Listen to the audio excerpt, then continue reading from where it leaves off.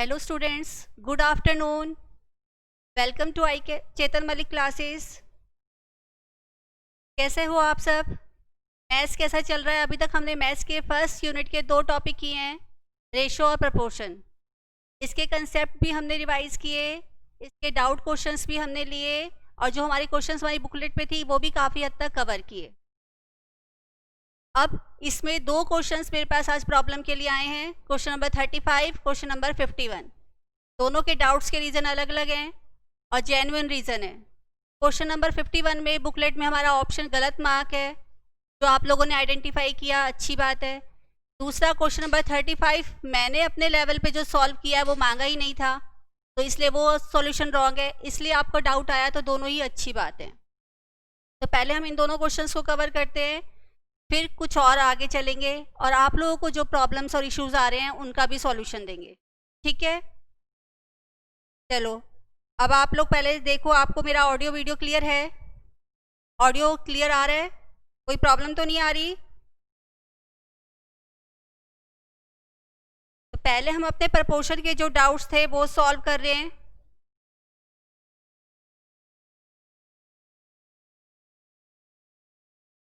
Clear आ रहा है सबको?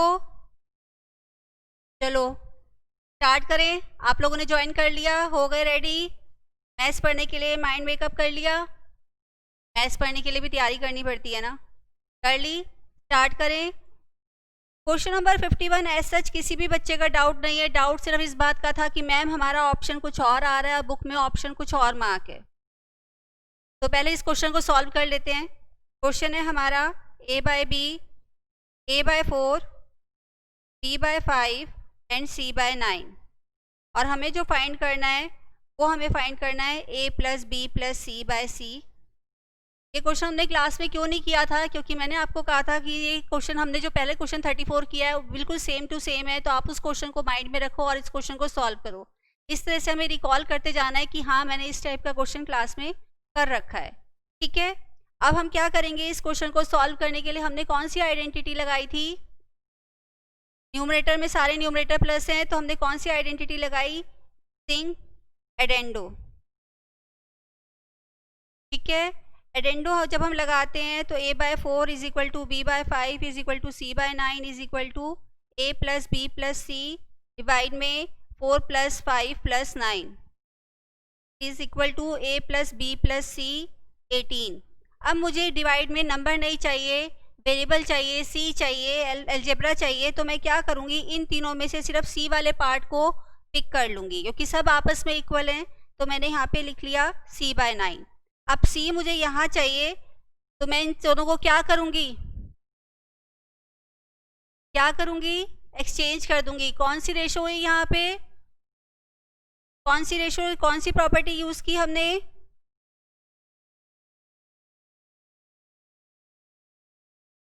तो आंसर आ गया 2। और ऑप्शन है इसका हमारा, कौन सा ऑप्शन ठीक जाता है? Option A. बुक में ये मिस प्रिंटिंग दी हुई है, बी ऑप्शन ठीक नहीं है, ऑप्शन ए हमारा ठीक है। ठीक है, क्लियर? अब बात करते हैं क्वेश्चन 35 की। मुझे इस बात से भी अच्छा लग रहा है कि मैंने अगर अपने लेवल पे एरर किया तो आप सबने उसको ऑटोमेटिकली पिक कर लिया, कैच कर लिया और करेक्ट किया। एक्चुअली में हुआ क्या था, वैसे मैं नहीं चाहती कि वही जस्टिफिकेशन दूँ इस बात के लिए कि उस टाइम हमारा नेटवर्क इशू आ रहा था, मेरे माइंड में कोई और क्वेश्चन चल रहा था, उसके अकॉर्डिंग मैंने सॉल्व किया। वो क्वेश्चन क्या हो सकता है वो भी मैं आपको बता दूंगी, लेकिन पहले क्वेश्चन नंबर 35।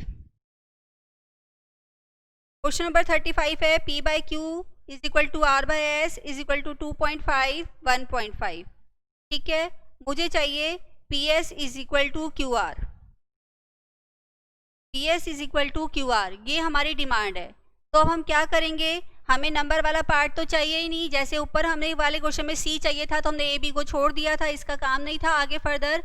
अब हम क्या करेंगे, इस स्टेप में हमें ये पार्ट नहीं चाहिए, तो इन दो रेशियोज को लेते हैं, p by Q is equal to R by S, cross multiply करते हैं, P S is equal to R Q.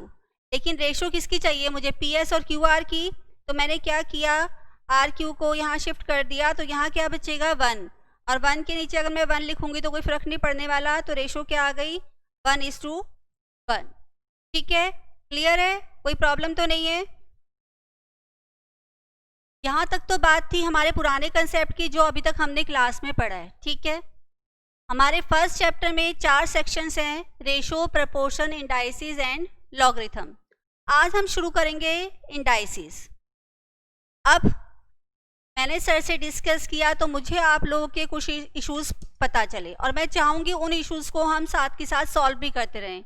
और मैं ये भी एक्सपेक्ट करती हूँ आपसे कि वो कोशिश करो, आप सर को बताओ, मुझे उससे कोई प्रॉब्लम नहीं है, क्लैरिटी हर जगह होनी चाहिए, लेकिन कुछ इश्यूज अगर आप सीधा मुझे भी कन्वर्ट कर दोगे तो मैं इजीली उनको इन बिटवीन द क्लास और क्लास के बाद भी सॉल्व करने की कोशिश कर सकती हूँ, ठीक है। उसमें कोई प्रॉब्लम नहीं है, हम उसको रिलेट करके चलेंगे, फ्रैंकली हम करेंगे। तो आप अपने इश्यूज मुझे बताओ, प्रॉब्लम्स मुझे बताओ, तो मैं उनको ज़्यादा बेटर तरीके से सॉल्व कर पाऊंगी। लेकिन आपको ये ज़रूर करना पड़ेगा, जो कंसेप्ट मैं क्लास में करवाती हूँ उसको आप अच्छे से थॉरोली रिवाइज करो। कंसेप्ट पे हम शॉर्टकट पे नहीं जा सकते। बात रही अब होमवर्क के क्वेश्चंस की।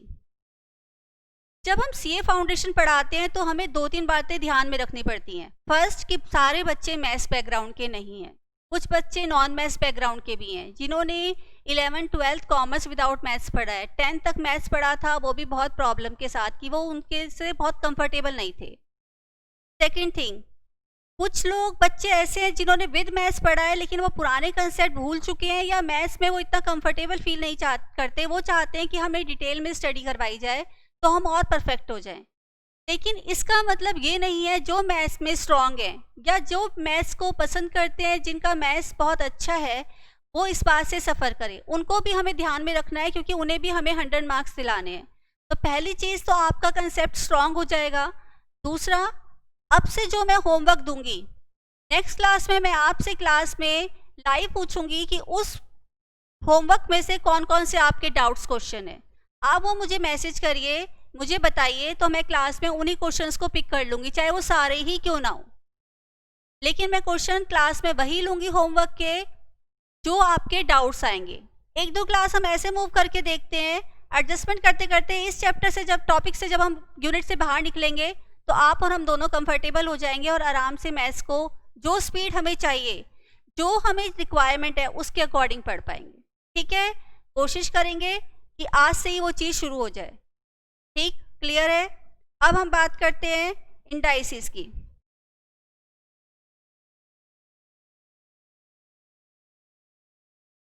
ये हमारे फर्स्ट चैप्टर का सेक्शन सी है, इंडाइसिस। इंडाइसिस क्या होता है? इंडाइसिस मतलब इंडेक्स की स्टडी। अब इंडेक्स क्या होता है? इंडेक्स हम कहते हैं किसी भी नंबर की जो पावर होती है, किसी वेरिएबल की जो पावर होती है, अलजेब्रा की जो पावर होती है, उसे हम कहते हैं इंडेक्स। उसकी स्टडी जब हम करते हैं तो वो बन जाता है इंडाइसिस। ये जो टॉपिक है, ये हमारे फॉर्मूला पे कितना होल्ड है, हमारा कैलकुलेशन पे कितना होल्ड है, हमारा कंसंट्रेशन लेवल कितना अच्छा है, हमारा आईक्यू लेवल कितना अच्छा है, प्लस कैलकुलेटर पे हमारा कितना, कैलकुलेटर फ्रेंडली हम कितने हैं, स्पीड भी चाहिए, तो इन सब चीज़ों को फोकस करता है। तो ये चैप्टर हमारा फॉर्मूला बेस्ड है, तो इसमें फॉर्मूलेज पहले हमें क्लियर करने हैं, उसके बाद हम आगे चल सकते हैं, ठीक है। तो पहले हम फॉर्मूलाज करेंगे। फॉर्मूलाज भी हम इंडाइसिस से शुरू ना करके, जो अभी तक हमने फॉर्मूला पढ़े मैथ्स के बेसिक फॉर्मूले, पावर्स फॉर्मूले, a+b² क्या होता है, a-b² क्या होता है, इन सब को पहले हम रिकॉल करेंगे, फिर आगे चलेंगे, ठीक है, क्लियर। चलिए हम फॉर्मूला से शुरू करते हैं।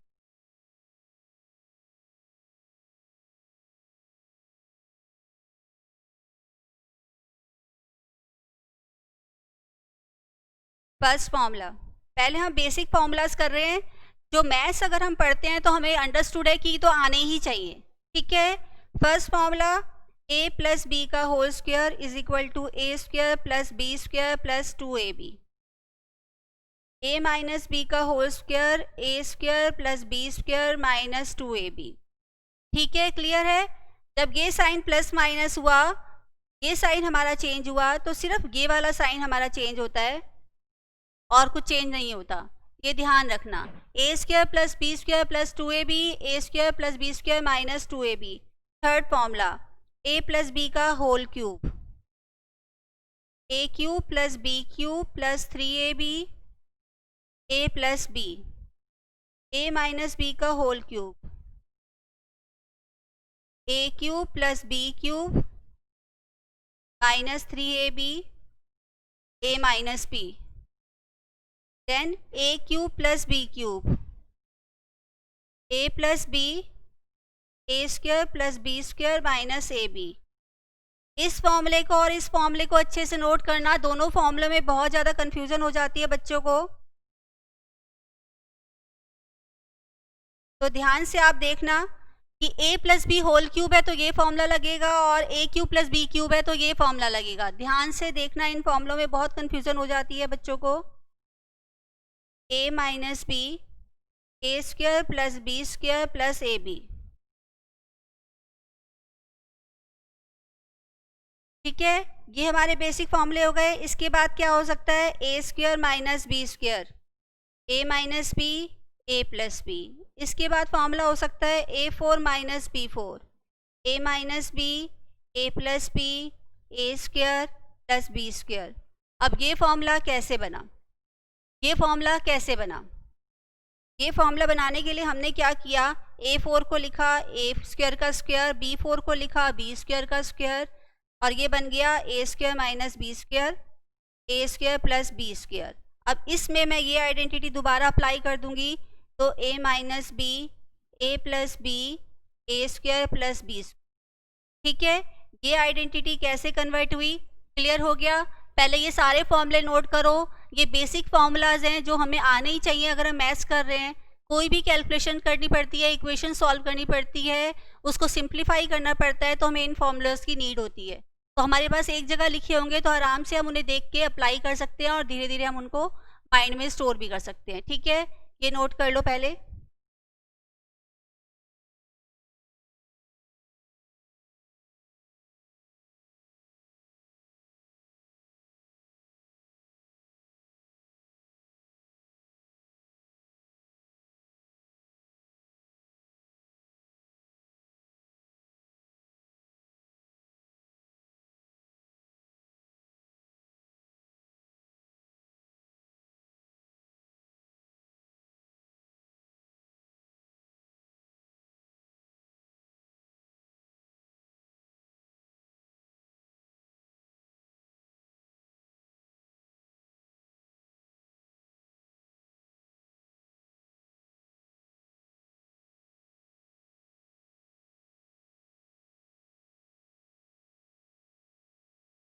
ठीक है, नोट कर लिया।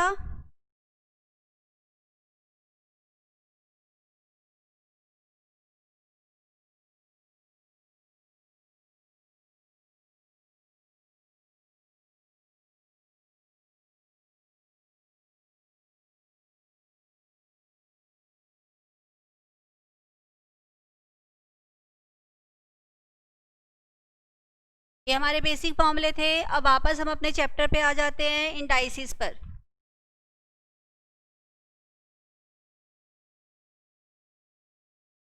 अब जब इंडाइसिस की हमने बात की, तो जैसे सपोज मैं लिखती हूँ कि मुझे 2 रेज़ टू पावर 3 चाहिए, ठीक है। ये एक इंडाइसिस का क्वेश्चन है कि 2 रेज़ टू पावर 3 को सॉल्व करो, ये एक इंडाइसिस का क्वेश्चन है। तो इसमें 2 को हम क्या बोलेंगे, बेस, और 3 को हम क्या बोलेंगे, पावर। मतलब इसको क्या लिखूंगी, 2 as a base and power is 3, और इसका आंसर मेरा क्या हो गया, 8। तो बेस क्या है 2 और पावर क्या है 3, और सिंप्लीफाई कर दिया मैंने 8। अब इतना इजी क्वेश्चन तो मैं एक्सपेक्ट नहीं कर सकती कि मुझे इतना बेसिक सा क्वेश्चन पूछा जाएगा, और 2 रेज़ टू 3 तो मुझे वैसे भी सॉल्व करना आता था, तो कोई प्रॉब्लम ही नहीं थी। तो सबसे पहले मैंने आपको ये इसलिए बताया कि आपको पता चलना चाहिए इंडेक्स होता क्या है। पावर और इंडेक्स एक ही चीज़ होती है, इंडेक्स लिखें या पावर लिखें, और जो इसकी पावर होती है उसको हम क्या कहते हैं, बेस। इसके ऊपर कुछ आइडेंटिटीज़ बनी हुई हैं जो हमारे क्वेश्चंस को, कैलकुलेशंस को बहुत छोटा कर देती हैं। जैसे सपोज मेरे पास क्वेश्चन आता है 5 raise to power m into 5 raise to power 1/2 is to 5 raise to power 3/4 into 5 raise to power m-1 into 5 raise to power 7/8 is equal to 5 raise to power what. ये question आया है मेरे paper में, time भी नहीं है, और ये 3/4 1/2 m-1 मैं कैलकुलेटर पे सॉल्व कैसे करूँगी मुझे नहीं पता। तो इसके लिए हम इंडाइसिस के फॉर्मूलोज को, इंडाइसिस की ट्रिक्स को यूज़ करते हैं। इसके जो फॉर्मूलेज हैं एक्चुअली में ट्रिक्स हैं जो हमारी कैलकुलेशन को छोटा कर देते हैं, सिंप्लीफिकेशन बहुत ईजी कर देते हैं, जिसे हम विद इन अ सेकेंड कर पाते हैं। तो ये एक तरह के हमारे शॉर्टकट्स हैं, ट्रिक्स हैं जो एज एन आइडेंटिटी हमने क्रिएट कर ली है। ठीक है, तो फर्स्ट आइडेंटिटी पे जाते हैं। फर्स्ट आइडेंटिटी मेरी है a raise to power m। जब मैंने आपसे बोला था 2 रेज़ टू पावर 3 करो, तो आपने क्या किया? 2 को 3 टाइम्स मल्टीप्लाई कर दिया, तभी तो आंसर 8 आया।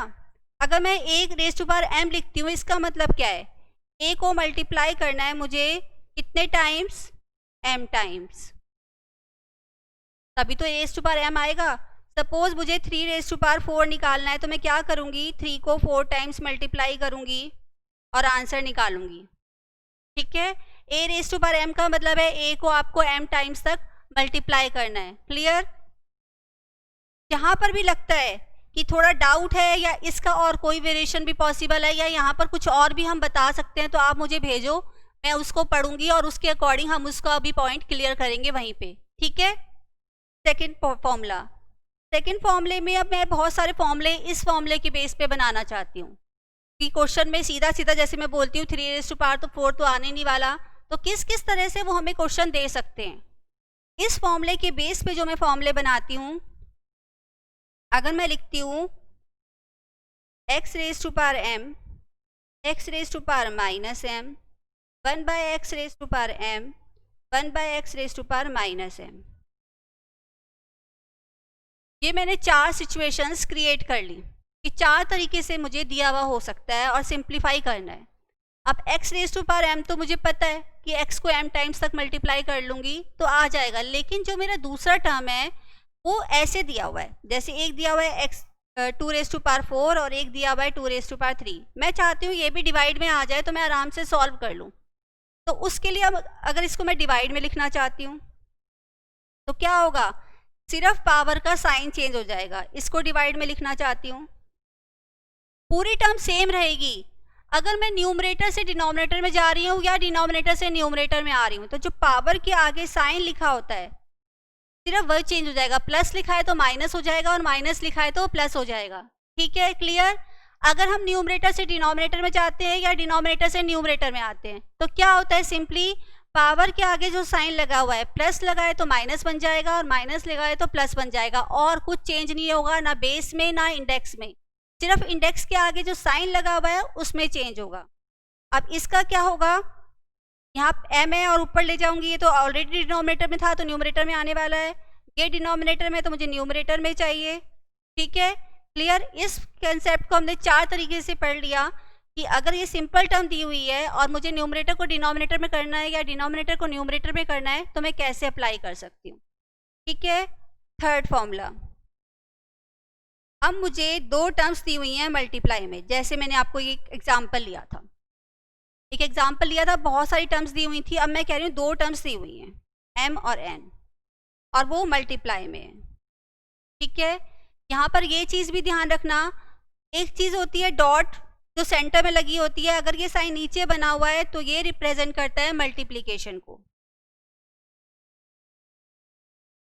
ठीक है, अब अगर बेस मेरा सेम है, बेस मेरा सेम है तो मैं क्या आइडेंटिटी लगाऊंगी? ये आइडेंटिटी लगेगी कि बेस एक बार लिख दो और पावर्स को प्लस कर दो, बेस एक बार लिख दो और पावर्स को मल्टीप्लाई कर दो। इसको और हम कैसे लिख सकते हैं? अगर मुझे दिया हो a raise to power m, a raise to power n, a raise to power t, तो मैं क्या लिखूंगी? a raise to power m plus n plus t। ठीक है, एक एग्जाम्पल लेते हैं। मुझे क्वेश्चन दिया हुआ है 5 raise to power 2, 5 raise to power 3, 5 raise to power 1। Solve करो। 5 raise to power 2, 5 raise to power 3 और 5 रेज़ टू पावर 1 को सॉल्व करो तो हम क्या करेंगे? 5 लिखेंगे और इसकी पावर को ऐड कर देंगे तो आंसर आ गया 5 raise to power 6। 5 raise to power 6 भी मैं कैलकुलेटर पे आराम से सॉल्व करके आंसर निकाल सकती हूँ।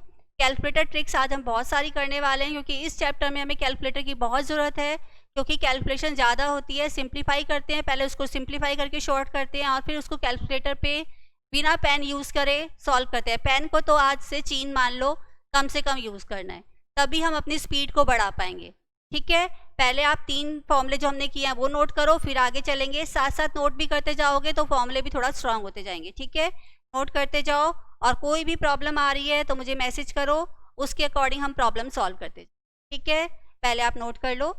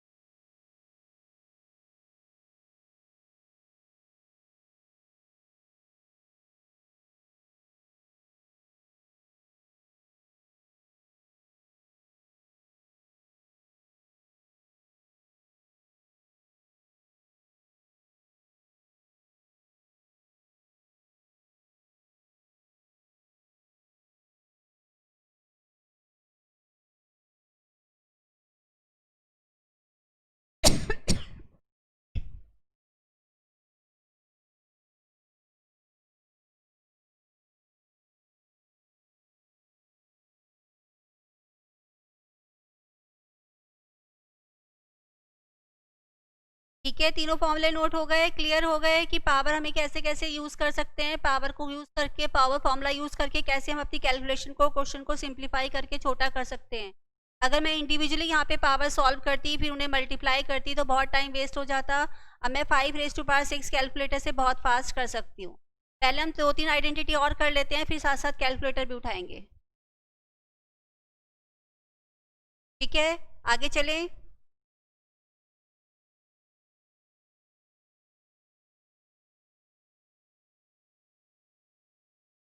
Fourth identity.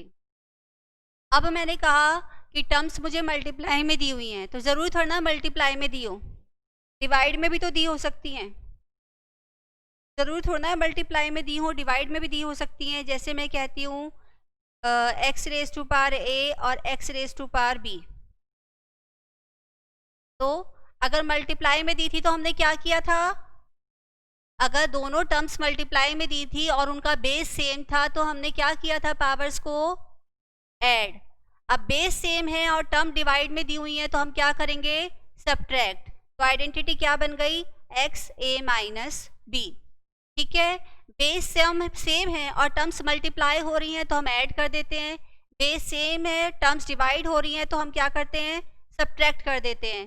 ठीक है, क्लियर? अब एक एग्जाम्पल मैं लेती हूँ यहाँ पर जिससे आइडेंटिटी और क्लियर हो जाए। फॉर एग्जाम्पल मैं आपको एक क्वेश्चन देती हूँ, 5 raise to power 2, 5 raise to power 3 और नीचे दे दिया मैंने 5 रेज़ टू पावर 6। इसको सिंप्लीफाई करो, कितना टाइम वेस्ट होने वाला है? पहले स्क्वायर करूंगी, वो लिखूंगी, क्यूब करूंगी, वो लिखूंगी, 6 पावर करके वो लिखूंगी, फिर उन्हें मल्टीप्लाई करूंगी न्यूमरेटर को, फिर डिवाइड करूंगी, फिर आंसर बताऊंगी। बहुत टाइम वेस्ट कर दिया। अब मैं क्या करूंगी? बेस सेम है तीनों टर्म्स का, मैंने नोट कर लिया कि तीनों टर्म्स का बेस सेम है। जो टर्म्स मल्टीप्लाई में उनका पावर क्या करेंगे हम? जो टर्म्स मल्टीप्लाई में उनका पावर क्या करेंगे? ऐड। और जो डिवाइड में उनका क्या करेंगे? सब्ट्रैक्ट। ठीक है, तो ये क्या बन जाएगा? 5, 2 प्लस 3 माइनस 6। इतना सा क्वेश्चन बन गया। फर्दर सारे नंबर हम सॉल्व कर सकते हैं। 2 और 3 5, 5 माइनस 6 माइनस 1। पावर जनरली हम माइनस में नहीं छोड़ते, तो मुझे क्या चेंज करना पड़ेगा? न्यूमरेटर है तो मैं डिनोमिनेटर में डाल दूंगी, जिससे वो पावर का माइनस साइन हट जाए। 1 लिखने की कोई ज़रूरत नहीं है, तो आंसर क्या आ गया? 1/5। कितनी जल्दी हमने इसको सॉल्व कर लिया बिना मल्टीप्लिकेशन किए, डिवाइड किए।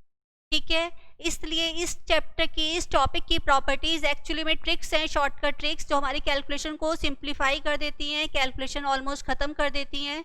तो इसलिए ये हमें बहुत ध्यान से पढ़नी है, तभी हम इसके क्वेश्चन भी कर पाएंगे। और ये तो बहुत छोटा, तो ये नहीं है कि मैंने कहा कि ये प्रॉपर्टी लगाओगे तभी करोगे, वैसे भी तो कर सकते थे, लेकिन अगर ऐसे करने लग गए तो 2-3 क्वेश्चन का टाइम हमारा खराब हो जाएगा। ठीक है, तो हमें अपने टाइम को सेव भी करना है। Fifth identity. फिफ्थ आइडेंटिटी में अब आइडेंटिटी लेते हैं हम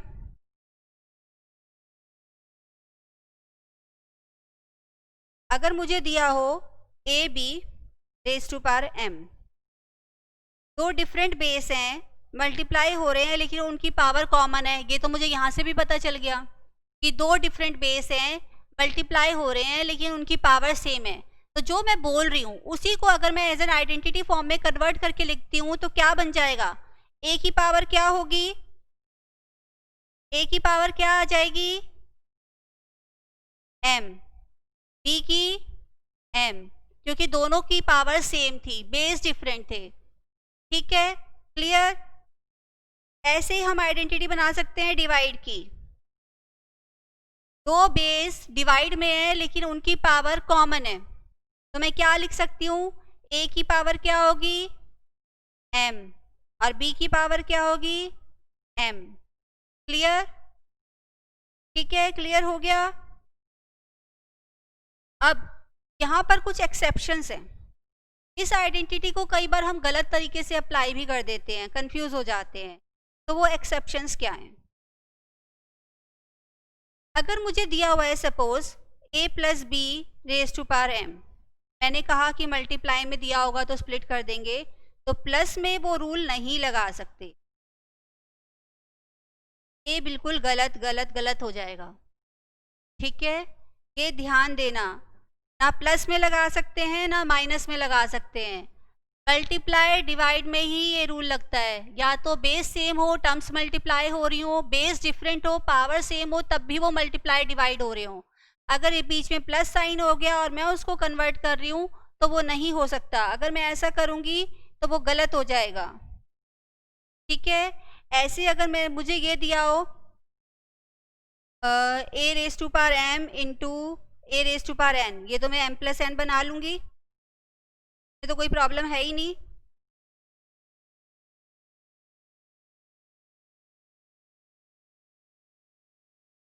अब अगर मुझे वो ना दिया हो, मल्टीप्लाई का साइन ना दिया हो, कुछ और सिचुएशन अज्यूम करो कि मैम ऐसा दिया होगा तब क्या करेंगे, कुछ और सिचुएशन अज्यूम करो। यहाँ पर प्लस का साइन दे दें, पावर डिफरेंट है, बेस सेम है और प्लस का साइन दे दिया, और मैं ये कह रही हूँ कि मैं इसको प्लस कर देती हूँ या मल्टीप्लाई कर देती हूँ या कुछ भी मैं सोच रही हूँ मल्टीप्लाई कर देती हूँ, तो ये आइडेंटिटी भी मेरी रॉन्ग हो जाएगी। मल्टीप्लाई होते तो सिर्फ पावर प्लस होती है, बेस का कुछ नहीं बिगड़ता, बेस हम एक ही बार लिखते हैं। इसको मैं क्या लिख सकती थी, अगर सही आंसर लिखूंगी तो क्या होगा, ए एम प्लस एन, ये तो करेक्ट है, लेकिन अगर मैं ये लिख देती हूँ तो ये मेरा गलत हो गया। ठीक है, पहले इतना पार्ट नोट करो, फोर्थ फिफ्थ सिक्स आइडेंटिटी, फिर आगे चल।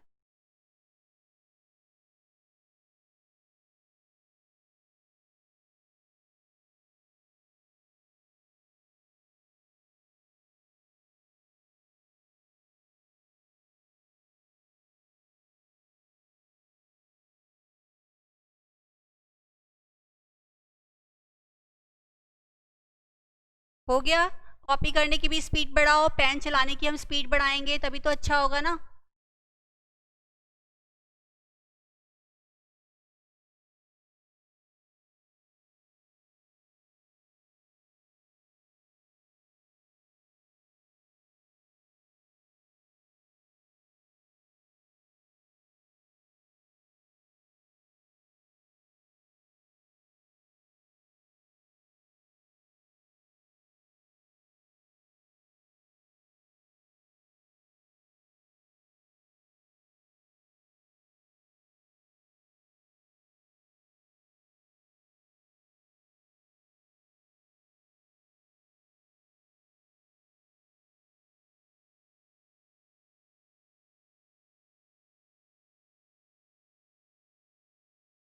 ठीक है, आगे चलते।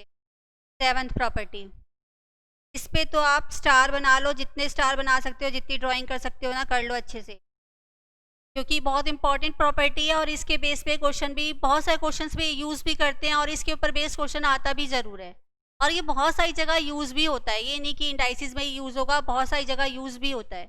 ठीक है, ये प्रॉपर्टी क्या है, कोई भी मुझे रियल नंबर दिया हुआ है, सपोज मुझे रियल नंबर दिया हुआ है x रेज टू पावर 0, तो इसका आंसर हमेशा 1 होता है। किसी भी रियल नंबर या किसी भी वैल्यू की पावर अगर 0 हो जाती है तो वो 1 हो जाता है। यहाँ पर हमें ये ध्यान रखना है कि x की वैल्यू 0 नहीं होनी चाहिए और x की वैल्यू इन्फिनिटी नहीं होनी चाहिए। दोनों ही नहीं होनी चाहिए, तब ये कंडीशन अप्लाई होगी। अगर इन दोनों में से एक भी वैल्यू है तो ये कंडीशन अप्लाई नहीं होगी। जैसे मैं कहती हूँ 0 इज रेज टू पावर 0 या इनफाइनाइट रेज टू पावर 0, दो सिचुएशन आ गई यहाँ से। एक बार मैंने x को 0 लिख दिया, एक बार मैंने इनफाइनाइट लिख दिया। अब इसका आंसर क्या होगा मुझे बताओ। एक बार मैंने x की वैल्यू 0 रख दी और एक बार मैंने इनफाइनाइट रख दी, तो इसका आंसर क्या होने वाला है बताओ, क्या हो सकता है इसका आंसर। अब इसका आंसर मैम 1 तो नहीं हो सकता। अगर 1 हो सकता होता तो मैं ये कंडीशन क्यों बनाती। तो इन दोनों सिचुएशन में हम कहते हैं इनडिटर्मिनेट। इनडिटर्मिनेट इसको मैं सॉल्व नहीं कर सकती, इसकी वैल्यू मैं नहीं निकाल सकती। ठीक है, तो ये हमारी आइडेंटिटी मोस्ट इंपॉर्टेंट है, उसमें से भी ये वाली। ये तो इनडिटर्मिनेट है, मुझे पता होना चाहिए। अगर किसी क्वेश्चन में आ जाता है तो मैं इनडिटर्मिनेट लिख दूंगी, बाकी तो कहीं यूज नहीं कर सकती। लेकिन ये आइडेंटिटी जो पर्टिकुलर आइडेंटिटी है, ये बहुत इंपॉर्टेंट आइडेंटिटी है। बहुत सारी जगह हम इसको यूज करते हैं, अप्लाई करते हैं, तो ये इंपॉर्टेंट आइडेंटिटी। ठीक है, छोटी सी आइडेंटिटी है, नोट करो इसको।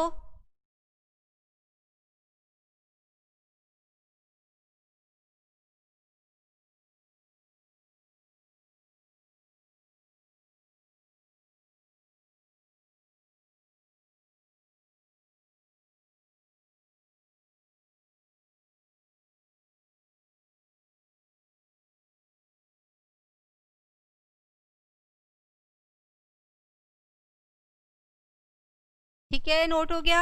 एट्थ आइडेंटिटी पे आते हैं, एक मैजिक करते हैं।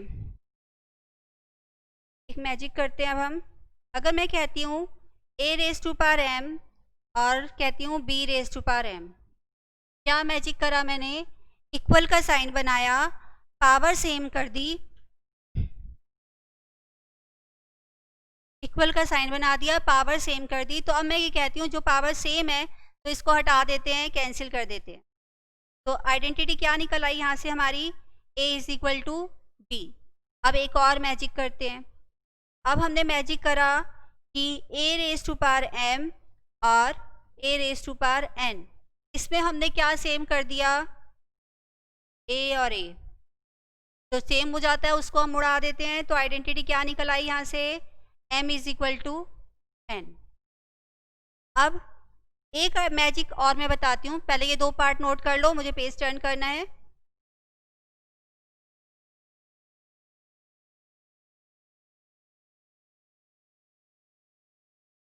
ठीक है, हो गया ये मैजिक, तो नोट करने में टाइम नहीं लगा होगा। एक और मैजिक करते हैं अब हम। अगर मैं कहती हूँ कि मेरे क्वेश्चन में a raise to power b और b raise to power a है, मैं कह रही हूँ ये इक्वल है, गिवन मान लो, तो क्या क्या कंडीशंस होंगी जब ये सिचुएशन एग्जिस्ट कर सकती है, ये रिलेशन ट्रू हो सकता है। क्या क्या कंडीशंस में ये रिलेशन एग्जिस्ट करेगा, आप लोग बताओ कोई कंडीशन। क्योंकि अगर मैं कहती हूँ 3 रेज टू पावर और 4 रेज टू पावर 3, ये तो इक्वल नहीं है। रेज टू पावर 4 करती तो 81 आता और 4 रेज टू पावर 3 करती तो 64 आता, ये तो इक्वल नहीं है। तो हर सिचुएशन में तो ये इक्वल हो नहीं सकता, कुछ स्पेशल सिचुएशन होंगी जब ये इक्वल होगा। बताओ आपके हिसाब से कौन सी सिचुएशंस हो सकती हैं जब ये इक्वल हो, सोचो कोई सिचुएशन, बताओ मुझे कौन सी सिचुएशन हो सकती है जब ये इक्वल हो। भेजो कोई रिप्लाई, मुझे जानना है आप लोगों को कोई पॉइंट क्लियर हो रहा है या नहीं।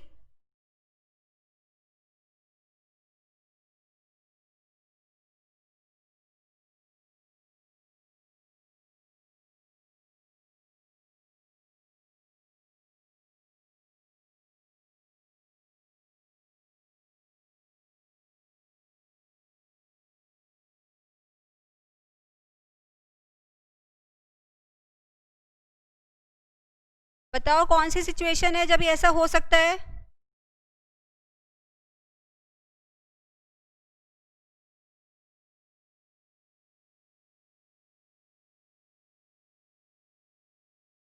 मैं बताती हूँ, चलो मैं एक लिखती हूँ, कोशिश करना सेकंड कंडीशन आप बता पाओ। फर्स्ट कंडीशन मैंने लिखी, अगर ए और बी दोनों सेम हो, जैसे मैं लिखती हूँ इधर भी 2 लिख दूंगी, इधर भी 2 मैंने ए को भी 2 मान लिया, तो ऑब्वियस सी बात है बी भी 2 होगा, क्योंकि कंडीशन हम क्या लेके चल रहे हैं, ए और बी आपस में इक्वल हैं। ठीक है, अब दूसरी कंडीशन क्या हो सकती है, अगर मैं मान लूँ कि ए की वैल्यू 4 है और बी की वैल्यू 2 है, एक सिचुएशन मैंने ये मान ली। अब इस सिचुएशन को अप्लाई करके देखो, चेक करते जाना चाहिए ना, साथ के साथ रटना नहीं है। 4⁻2 is equal to 2⁻4, 16 is equal to 16 satisfy कर रही है। ठीक है, अब मैंने यहाँ पे लिखा 4⁻2 और यहाँ लिखा 2⁻4। अगर मैं इसको ऐसे लिख दूँ 2⁻4 इज इक्वल टू 4⁻2, तो कोई प्रॉब्लम तो नहीं है। तो इसमें क्या हो गया, थर्ड कंडीशन, अगर ए की वैल्यू 2 हो और बी की वैल्यू 4 हो, तो ये 3 कंडीशन है जब मेरा ये रिलेशन एस्टेब्लिश हो सकता है, अदरवाइज नहीं।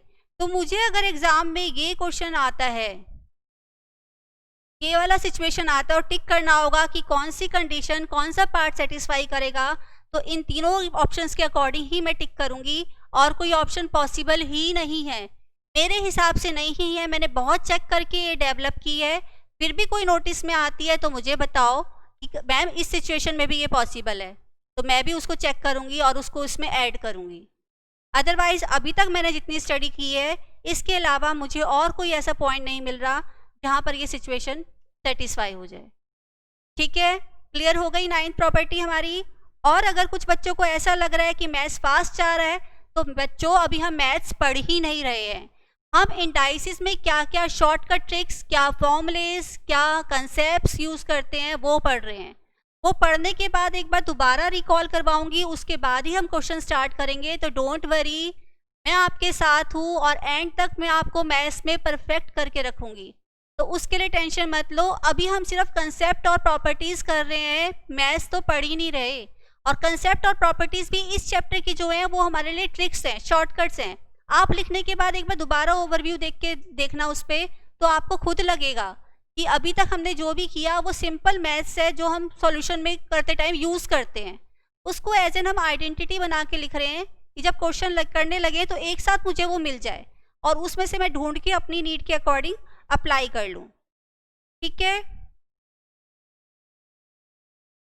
10th प्रॉपर्टी,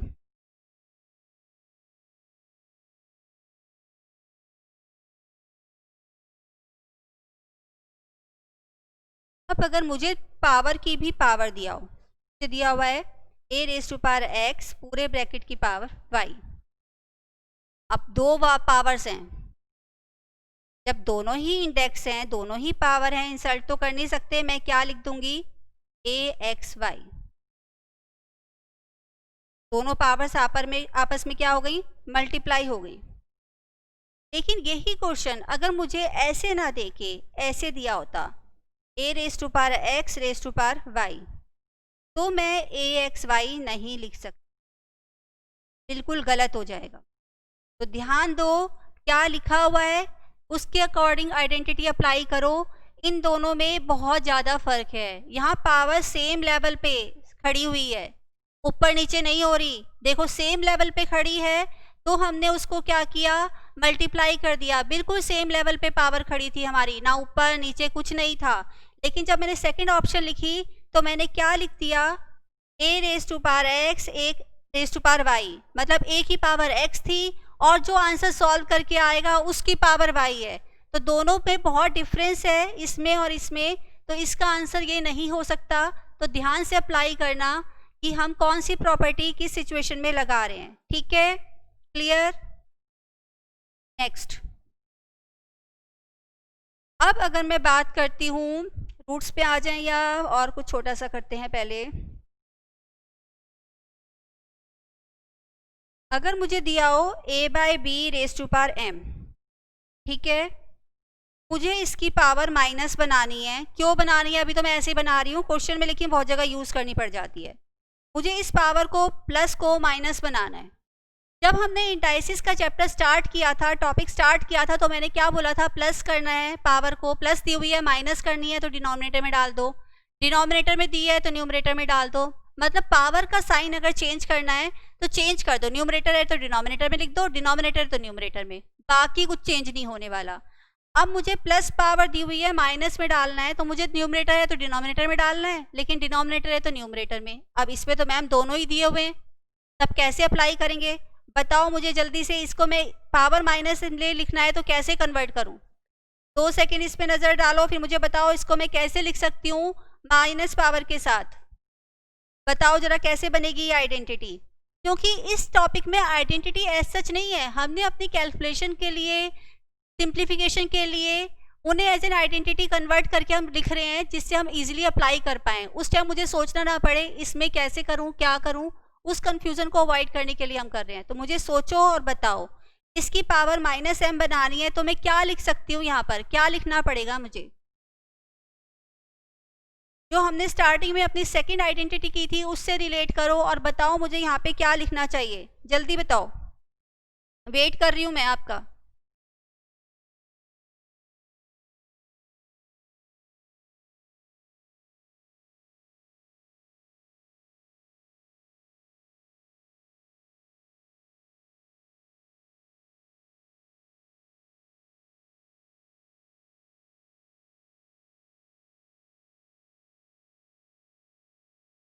क्या बात है, क्लियर नहीं हो रहा? अब देखो मैं बताती हूँ फिर। अगर मुझे यहाँ पर a चाहिए, a था मेरा, पावर क्या थी प्लस, मुझे क्या चाहिए माइनस, तो इस a को मैं क्या करूँगी, इस a को मैं क्या करूँगी, प्लस पावर है माइनस पावर में कन्वर्ट करना है, तो a मेरा न्यूमरेटर से हटके कहाँ आ गया, डिनोमिनेटर में, तभी तो पावर माइनस बनेगी। ठीक है, ये डिनोमिनेटर में था ऑलरेडी,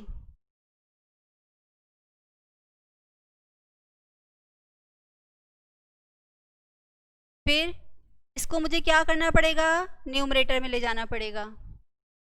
न्यूमरेटर वाले को डिनोमिनेटर में डाल दिया, डिनोमिनेटर वाले को न्यूमरेटर में डाल दिया, तो पावर हमारी क्या हो गई, माइनस बन गई। तो मेरी आइडेंटिटी क्या बन गई यहाँ पर, a by B raise to power m is equal to b by A raise to power minus m। Clear है आइडेंटिटी कैसे बना ली हमने? नेक्स्ट आइडेंटिटी, नेक्स्ट आइडेंटिटी में हम क्या आइडेंटिटी बनाते हैं इसकी अब? ठीक है, पहले 9, 10, 11 नोट कर लो, फिर हम आगे आइडेंटिटी करते हैं।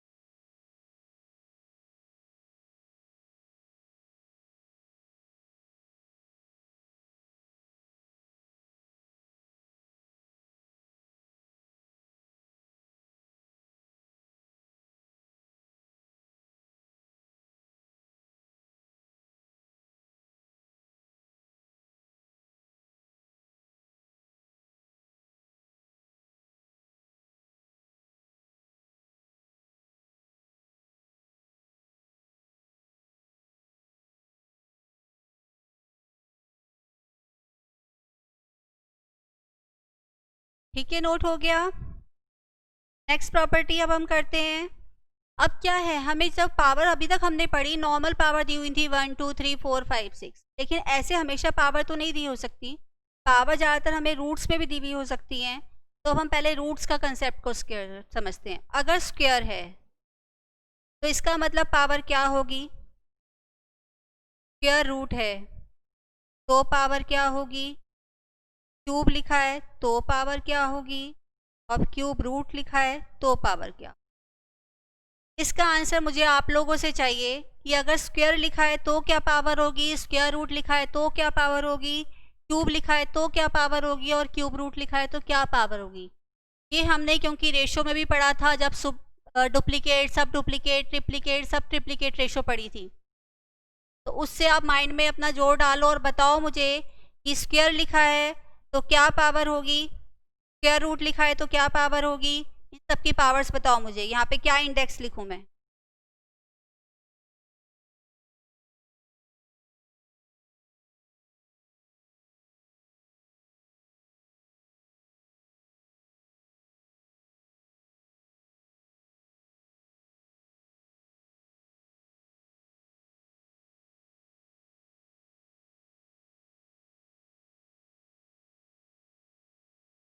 आंसर चाहिए मुझे, इसका आंसर बताओ।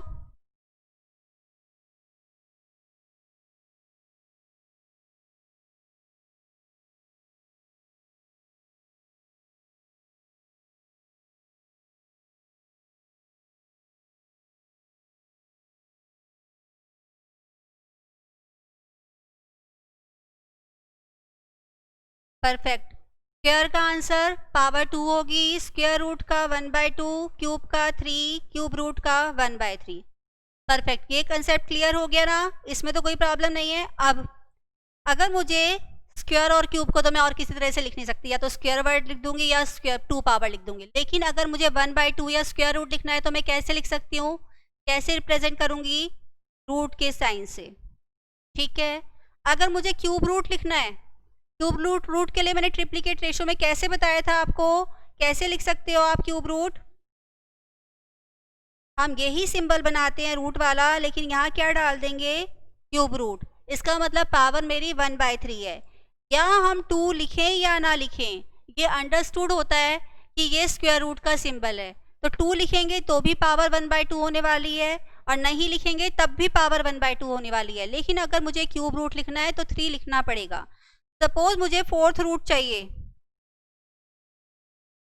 4th रूट में पावर क्या डालूं? 4th रूट अगर मुझे लिखना है तो पावर क्या डालनी पड़ेगी?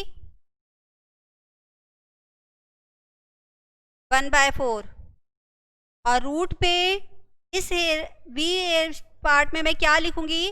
4, कि मैंने 4th रूट निकाला है। ठीक है, क्लियर? नोट करो।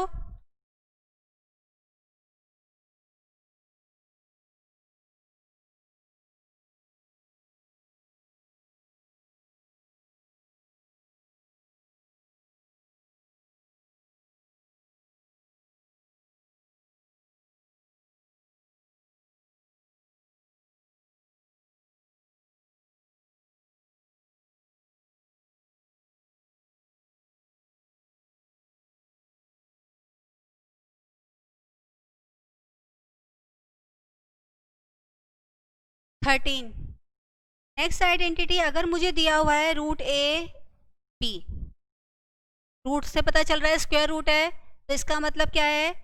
A B raise to power 1/2। यहाँ पर एक आइडेंटिटी की थी हमने a B raise to power m वाली, तो इसको मैं क्या लिख सकती हूँ? A raise to power 1/2, b raise to power 1/3, 1/2, क्योंकि दोनों का हमें पावर स्क्वायर रूट दी हुई। ठीक है, क्लियर? यही टर्म अगर मुझे डिवाइड में दी होती, रूट ए बाय बी, तो क्या लिखते? ए 1/2 और डिवाइड में भी 1/2। क्लियर? क्लियर हो गया?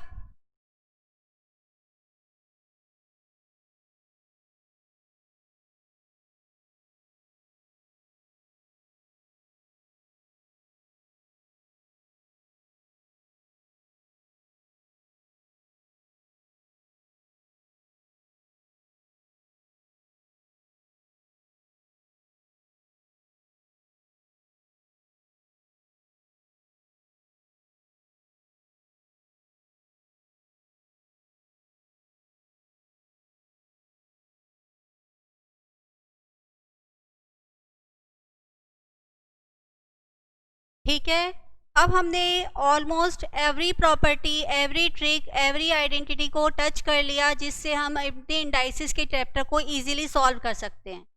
अब हमें क्वेश्चन सॉल्व करना शुरू करना है, प्लस थोड़ा थोड़ा कैलकुलेटर ट्रिक्स को फोकस करना है, क्योंकि जैसे मैंने आपको फर्स्ट एग्जांपल दिया था 5 raise to power 1/2, 3/4, m m-1, तो अगर मैं इतना सॉल्व करने में टाइम वेस्ट करूंगी तो पेपर मेरा कंप्लीट नहीं होगा। तो मुझे अब इस चैप्टर के सॉल्यूशन के लिए कैलकुलेटर ट्रिक को भी फोकस करना है। लेकिन पहले हम कोशिश करते हैं 4-5 क्वेश्चंस नॉर्मली मूव करते हैं, क्योंकि वो वैसे भी हमारे नॉर्मल आइडेंटिटी पे बेस्ड हैं, जिससे थोड़ी सी आइडेंटिटी एप्लीकेशन आ जाए। ठीक है, क्वेश्चन नंबर 55 तक हमने प्रीवियस क्लास में कवर किया था। आज हम क्वेश्चन नंबर 56 से स्टार्ट करेंगे। 56 क्वेश्चन निकाल लो अपनी बुक का। 56 क्वेश्चन मुझे दिया हुआ है 4 into X raise to power -1/4 को हम और कैसे लिख सकते हैं। ठीक है, क्वेश्चन दिया हुआ है 4 इंटू एक्स -1/4।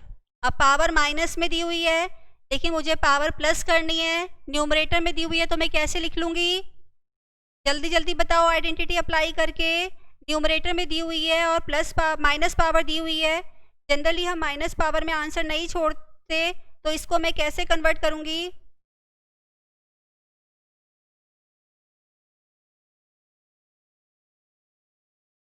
जल्दी से बताओ इसका आंसर क्या होगा?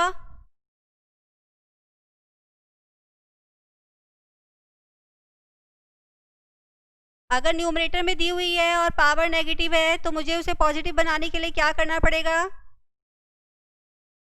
साइड चेंज करनी पड़ती है। न्यूमरेटर है तो डिनोमिनेटर में, और डिनोमिनेटर है तो न्यूमरेटर में। तो इसका आंसर आ जाएगा 1/4। 4 को 1 से मल्टीप्लाई किया, 4 आ गया, तो आंसर आ गया 4/x 1/4, मीन्स ऑप्शन सी। ठीक है, क्लियर। Question number 57।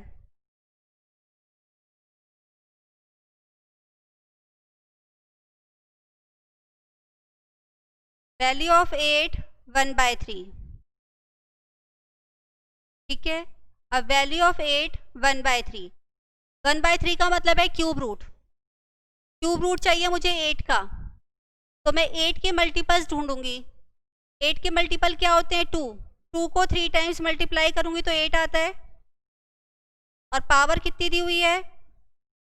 2 को 3 टाइम्स मल्टीप्लाई करती हूँ तो 8 आता है, तो लिखेंगे 2 रेज टू पावर 3, और इसकी पावर 1/3 हमें दी हुई थी। ये 3 से 3 कैंसिल हो गया, तो आंसर क्या आ गया? 2। तो ऑप्शन कौन सा ठीक हो गया हमारा 57 का? 8 raise to power 1/3, 2 into 2 into 2, तो ऑप्शन सी। ठीक है, क्वेश्चन नंबर 58। स्टार्ट करो आप लोग। 32 का फिफ्थ रूट ढूंढना है, तो ढूंढो 32 का किसका मल्टीपल हो सकता है? 2 का मल्टीपल हो सकता है। 4 को कॉन्टिन्यूएशन में करती हूँ तो 4 4 जा 16, 64 हो जाता है, तो 2 के मल्टीपल को हम ट्राई करते हैं। वैसे भी पावर बहुत बड़ी है, तो हमें छोटे नंबर से स्टार्ट करना चाहिए। तो 2 की पावर हमें कितनी बार ट्राई करनी है? 5 टाइम्स। ट्राई करो कि 32 बन रहा है या नहीं बन रहा।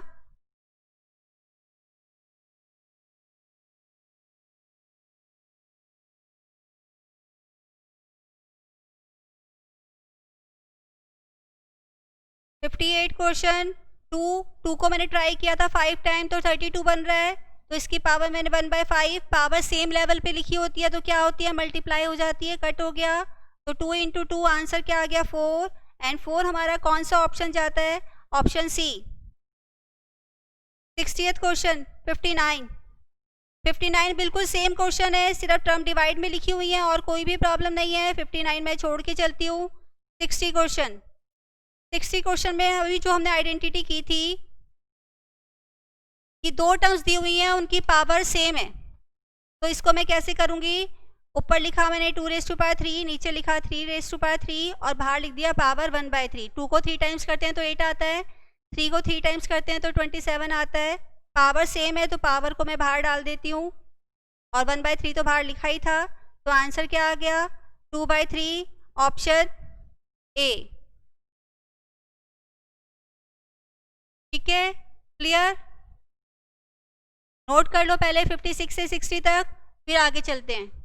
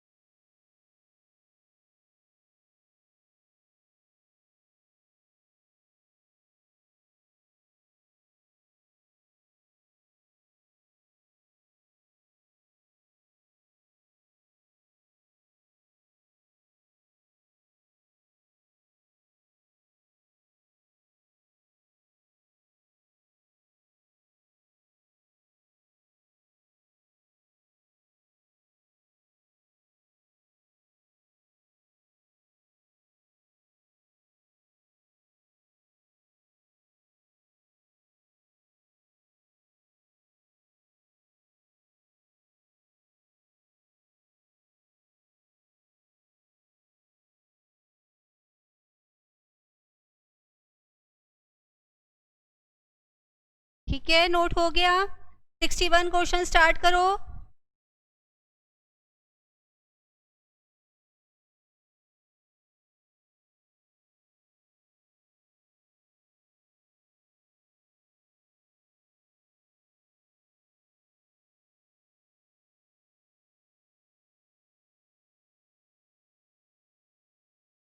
वन क्वेश्चन स्टार्ट करो।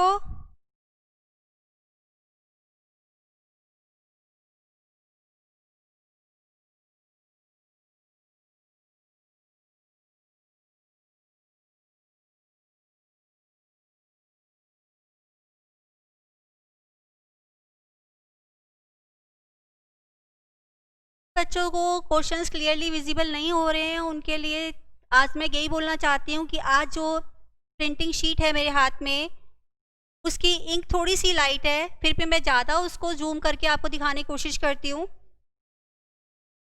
61 क्वेश्चन स्टार्ट किया आप लोगों ने। 61 क्वेश्चन में 2 हमें दिया हुआ है, 256 हमें दिया हुआ है और -1/8। यहाँ ये ध्यान रखना कि 2 के साथ कोई सिंबल नहीं बना हुआ, ना बड़ा वाला ब्रैकेट बना हुआ है, तो 2 की पावर 1/8 नहीं है। सिर्फ जो पावर 1/8 है वो हमारी 256 की है। जिन बच्चों को क्वेश्चन क्लियरली नोट दिख नहीं रहा है, उसके लिए मैं क्वेश्चन बुक में, अपनी नोटबुक में लिख भी रही हूँ। क्वेश्चन इतना सही है, इसको बस सिंप्लीफाई करना है। ठीक है, क्वेश्चन नंबर 61। ठीक है, सिंप्लीफाई करते हैं। 2 का हमने कुछ नहीं करना। 256 को हम कितने टाइम मल्टीप्लाई करें कि 8 आएगा? किस नंबर को हम ट्राई करें? तो 8 पावर है, बहुत बड़ी पावर है, तो हमें 2 से ही स्टार्ट करना चाहिए। मैं 2 से स्टार्ट करती हूँ। 2 इंटू इक्वल, जब इतना करते हैं तो 2 बार मैंने टाइप कर दिया, मुझे चाहिए कितना? 8 टाइम्स। तो मेरे को कितनी बार? 6 टाइम्स और करना पड़ेगा। 1 2 3 4 5 6। ठीक है, मेरा आंसर 256 आ रहा है 2 रेज़ टू पावर 8 करने पर। तो इसको मैं क्या लिख सकती हूँ? 2 रेज़ टू पावर 8 इंटू -1/8। 8 से 8 कट कर दिया तो 2 raise to power -1। Minus power मुझे नहीं चाहिए, तो न्यूमरेटर है तो मैं डिनोमिनेटर में लिख दूंगी। 1 लिखूँ या नहीं लिखूँ कोई फर्क नहीं पड़ता। 2 से 2 कट हो गया, आंसर आ गया 1। तो इसका हमारा कौन सा ऑप्शन ठीक हो जाता है? Option A. ठीक है, क्वेश्चन नंबर हम 62 की बात करते हैं। जब हम 62 की बात करते हैं तो हमें क्वेश्चन दिया हुआ है हमारे उसमें, और उसका आंसर जो हमें ऑप्शंस दिख रहे हैं वो दिख रहे हैं fraction, positive integer, negative integer, none of these. मतलब सॉल्यूशन तो मांगा ही नहीं है। सॉल्यूशन पे टाइम वेस्ट नहीं करना। मैं ये नहीं कह रही कि सॉल्यूशन हो नहीं सकता, सॉल्यूशन हो सकता है, सिंप्लीफिकेशन हो सकता है, पॉसिबल है, वो भी मैं आपको करके भी दिखा दूंगी। लेकिन हमें इस पर्टिकुलर क्वेश्चन के लिए नहीं करना टाइम वेस्ट। मुझे क्या देखना है? ये फ्रैक्शन है, पॉजिटिव इंटीजर है, नेगेटिव। फ्रैक्शन तो तब होता ना न्यूमरेटर डिनोमिनेटर होता है, इसमें तो कोई पावर नेगेटिव है ही नहीं, फ्रैक्शन नहीं है। दोनों टर्म्स पॉजिटिव हैं तो पॉजिटिव है, नेगेटिव तो हो ही नहीं सकता। तो पॉजिटिव इंटीजर मेरा बी ऑप्शन करेक्ट आंसर हो गया। लेकिन अगर मुझे ये चीज़ ना बतानी हो, मुझे इसको सिंप्लीफाई करना और एक आंसर दिया हो, तब हम कैसे करते हैं? Question number 62। अब हम इन ऑप्शंस के हिसाब से नहीं चल रहे, अपने हिसाब से क्वेश्चन कर रहे हैं। ठीक है, क्योंकि यहाँ पर मैं आपको एक चीज़ समझाना चाहती हूँ। अब इसका बेस क्या है? 4, और इसका बेस है 4। इसका बेस 2 है, इसका बेस 4 है। हमने क्या रूल पढ़ा? या तो पावर सेम होनी चाहिए या बेस सेम होना चाहिए, तो क्वेश्चन करना इजी हो जाता है। तो मैं क्या करूँगी? 2 को 4 तो बनाना मेरे लिए पॉसिबल नहीं है। मैं क्या करूँगी? 4 को 2 बना लूँगी। तो 4 को मैं लिखा 2 का स्क्वायर, और बाहर पावर 3/4 दी हुई थी। सेम लेवल की पावर है तो मैंने इनको मल्टीप्लाई कर दिया। 2 रेज़ टू पावर 1/2 और 2 रेज़ टू पावर 3/2। अब इन दोनों की बेस सेम है, पावर क्या होंगी? ऐड हो जाएंगी। 2 raise to power 1/2 plus 3/2, 2 raise to power 4/2, 2 raise to power 2, answer 4 आ गया। लेकिन इस पर्टिकुलर क्वेश्चन में मुझे टाइम वेस्ट नहीं करना था, क्योंकि आंसर मुझसे मांगा ही नहीं गया। मुझसे क्या मांगा गया है कि इसकी नेचर क्या है वो बतानी है, तो मैं बिना कैलकुलेशन के सिर्फ देख के बता सकती हूँ। ठीक है, क्लियर है? 63 हमारा उसी पैटर्न का क्वेश्चन है। बस 63 में आप ये देख लेना, जो ये 1/4 हमें दिया हुआ है, थोड़ा सा प्रिंटिंग एरर फॉर्म में, ये दो पूरा का पूरा पावर है। ठीक है, इस तरह से क्वेश्चन है। ये मुझे माइनस पावर दी हुई है, तो पहले मैं इसको क्या करूँगी? न्यूमरेटर में ले आऊँगी, फिर इसको सिंप्लीफाई करूँगी। तो ये क्वेश्चन आप होमवर्क में करोगे। ठीक है, अब क्वेश्चन हम बीच में ब्रेक लेते हैं और थोड़ा सा हम कैलकुलेटर ट्रिक्स पे जाते हैं, तो आप पहले अपना कैलकुलेटर निकाल लीजिए। और मैं चाहती हूँ कि अब जो कैलकुलेटर हम ट्रिक सीखें, सीधे वाला सीखें, और जिसके आपको लगता है कि आप स्टेप भूल सकते हो, उसके स्टेप नोट भी करो अपनी कॉपी में कि किस तरह से हमने उस चीज़ को अप्लाई किया है। ठीक है, कैलकुलेटर निकालो अपना फास्ट फास्ट। कैलकुलेटर का मतलब ही फास्ट है, तो कैलकुलेटर भी फास्ट निकालना पड़ेगा।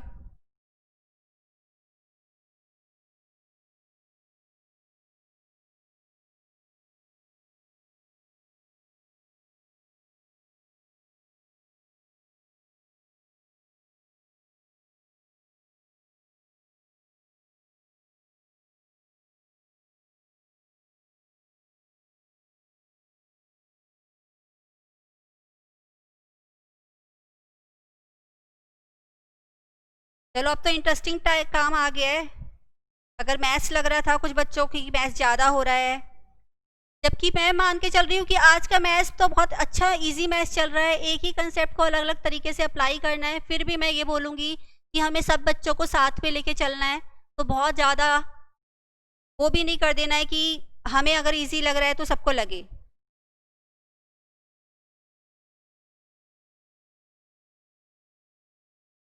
कैलकुलेटर ट्रिक्स, कैलकुलेटर निकाल लिए सबने? सबके कैलकुलेटर निकल गए?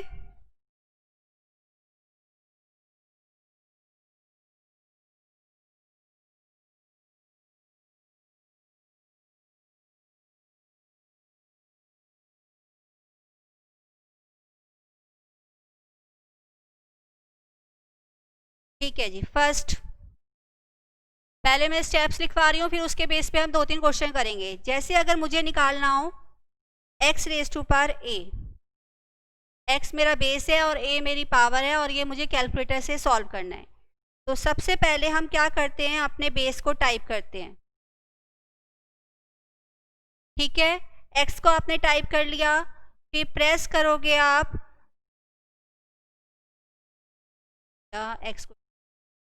x और मल्टीप्लाई करो a raise to power t।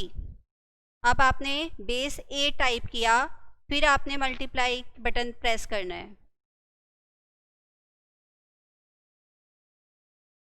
ठीक है, पहले आपने बेस टाइप किया, फिर आपने मल्टीप्लाई बटन प्रेस करना है, फिर उसके बाद आपको क्या करना है, continue pressing equal button t-1 times. ये ध्यान देने वाली बात है कि जो पावर हो उससे एक बार कम प्रेस करना है आपको, तो ये चीज़ सॉल्व हो जाएगी। अब मैं आपको क्वेश्चन देती हूँ 5 रेज़ टू पावर 7। जो भी करना है हमें कैलकुलेटर पे करना है।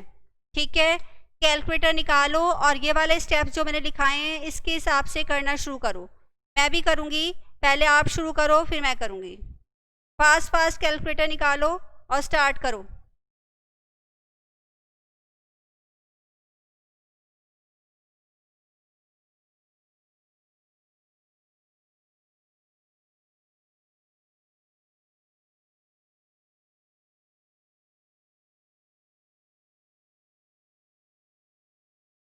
करो फास्ट। इस क्वेश्चन को ऑन कैलकुलेटर मुझे सॉल्व करके बताओ क्या आंसर आ रहा है।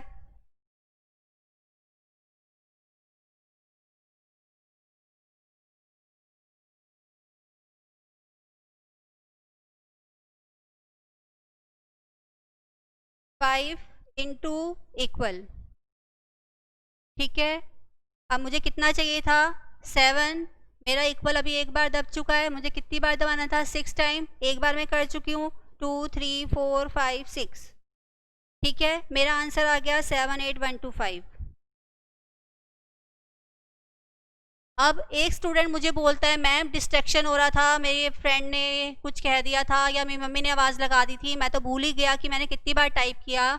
तो अपने कैलकुलेटर पर ये नंबर देखो, जितनी पावर होती है उससे एक ज़्यादा लिखा हुआ आना चाहिए। क्यों? क्योंकि बीच में हमने किसका बटन दबाया था, मल्टीप्लाई का एक्स्ट्रा, इसलिए ये पावर, ये नंबर एक ज़्यादा दिखाता है।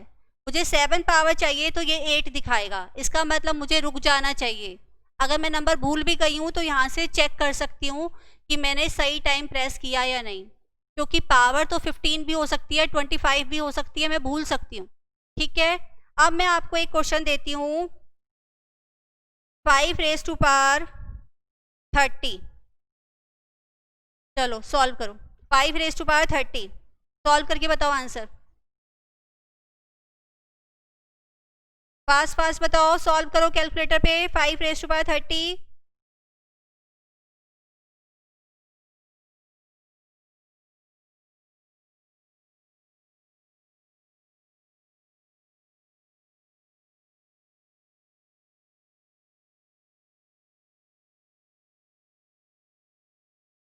डालो 5 रेज़ टू पावर 30।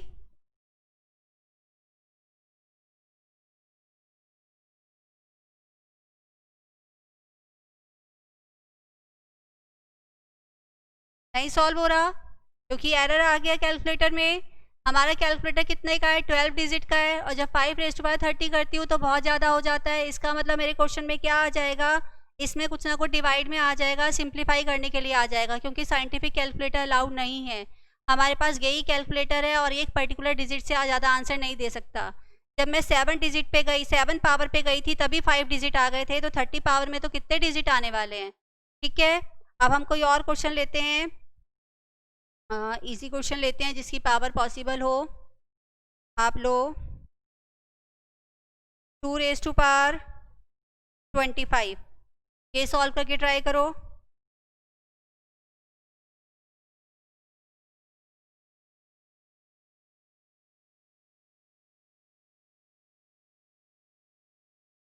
क्या आंसर आ रहा है? आंसर बताओ मुझे।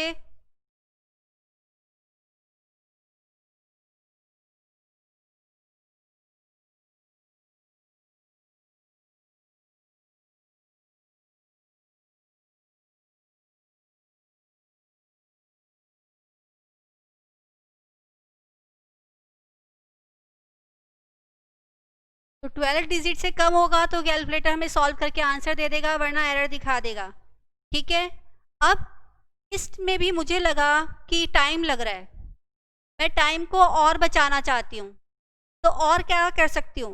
मैं क्या करूँगी, मैं लिखूँगी 2 रेज़ टू पावर 4 6 इंटू 2। अगर मैं 2 रेज़ टू पावर 25 पे डायरेक्ट नहीं जाना चाहती, ऐसे करना चाहती हूँ, तो कैसे करूँगी? पहले 2 रेज़ टू पावर 4 करा, 2 रेज़ टू पावर 4 हो गया। अब मुझे इसकी पावर 6 चाहिए, 16 की पावर 6 चाहिए। 2 रेज़ टू पावर 4 तो मैंने 16 कर दिया, अब ये पार्ट है, तो 16 की पावर 6 चाहिए। तो अब 16 इंटू, अब स्टेप आपको याद रखने हैं क्योंकि यहाँ पे नंबर चेंज आने वाला है। या तो आप ये नंबर पढ़ लो, नहीं तो आपको स्टेप याद करने पड़ेंगे। ये 2 हो गया, मुझे कितने चाहिए थे? 6 चाहिए, 3 4 5 6, ये आ गया मेरा। इसको किससे मल्टीप्लाई करूँगी? इंटू 2।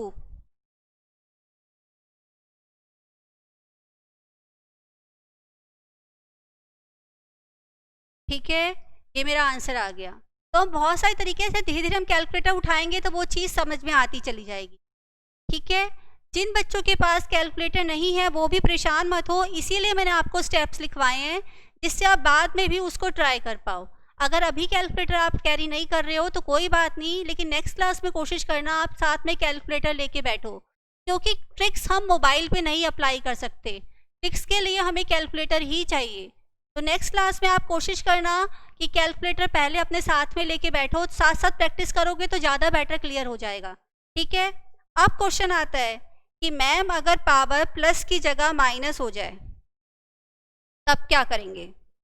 ये तो मैंने बता दिया कि प्लस पावर कैसे सॉल्व होती है, लेकिन पावर हमेशा प्लस देंगे ऐसा तो हम नहीं एज्यूम कर सकते ना।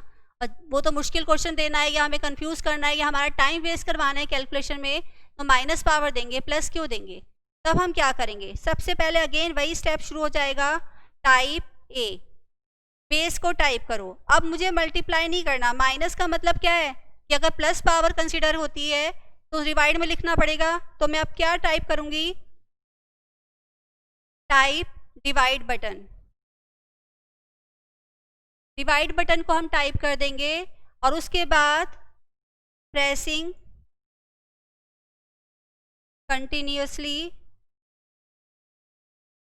Equal button. अब इक्वल बटन इसमें हमने कितनी बार टाइप किया था? अगर मेरी पावर t थी तो मैंने टाइप किया था t-1 टाइम्स, एक बार कम टाइम की टाइप किया था, लेकिन इसमें पूरा t टाइम्स टाइप करना है। ये और ये मेरा सेम होना चाहिए, इसमें एक कम नहीं होता। अब मैं आपको सॉल्व करने के लिए बोलती हूँ 2⁻⁻⁴।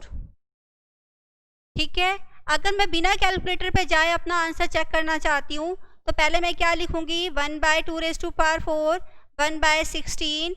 1/16 को मैंने चेक करा, 1 डिवाइड में 16 करते हैं तो क्या आंसर आता है मेरा? 0.0625। ये तो मैंने अपने प्रॉपर मेथड से आंसर निकाल लिया क्योंकि बेस भी बहुत छोटा था और पावर भी बहुत छोटी थी। लेकिन इसी को मैं चाहती हूँ आप कैलकुलेटर पे ट्राई करो इन स्टेप्स को फॉलो करके। पहले आप लोग करो फिर मैं करूँगी। स्टार्ट करो और मुझे बताओ आंसर मैच कर रहा है या नहीं कर रहा, क्योंकि आंसर तो मैंने आपको बता दिया कि अगर मैं नॉर्मली सॉल्व करती हूँ तो ये आंसर आता है, लेकिन अगर हम कैलकुलेटर पे करते हैं इन ट्रिक्स को यूज़ करके तब क्या आंसर आता है, मुझे वो आंसर चाहिए। निकालो आंसर। पहले हम क्या टाइप करेंगे? Type 2, then divide button, then equal button को कितने टाइम्स? 4 टाइम्स। 1 2 3 4। आंसर आ गया 0.0625। ठीक है, आंसर मैच कर रहा है। इस तरह से हम माइनस पावर को सॉल्व करते हैं ऑन कैलकुलेटर। ठीक है, एक और एग्जांपल लेते हैं। अब मैं आपको क्वेश्चन देती हूँ 3⁻⁻7। चलिए सॉल्व करके बताइए मुझे।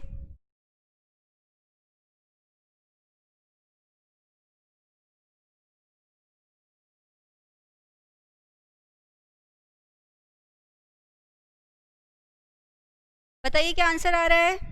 आंसर जानना है मुझे भी।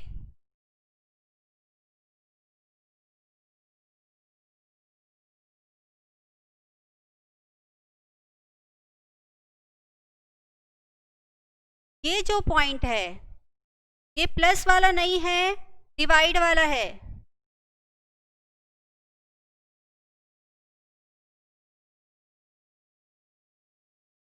डिवाइड वाला की,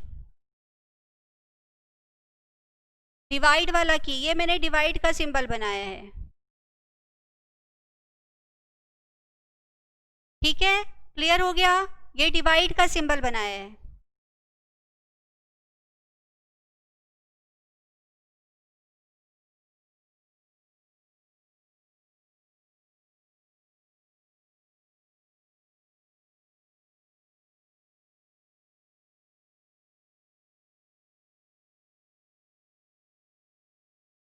अब इसका आंसर सब बच्चों ने मुझे भेजना शुरू कर दिया है। 00045724737।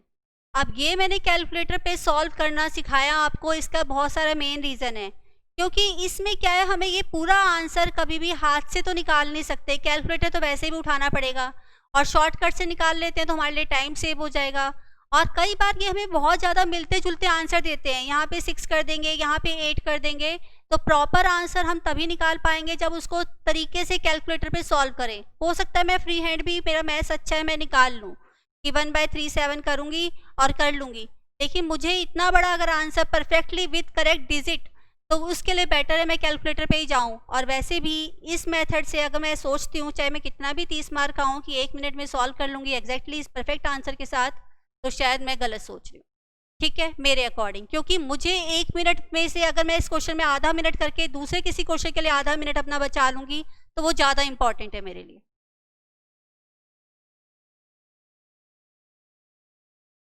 अब हमने बहुत सारी आज 2 ट्रिक्स सीखी, इसकी ट्रिक्स की हम यूज़ देखते हैं कैसे करना है। इंडिविजुअली इतना छोटे छोटे क्वेश्चन तो मैं एज्यूम नहीं कर सकती, ना मैं मानती, ना मैं डिमांड भी नहीं कर रही हूँ।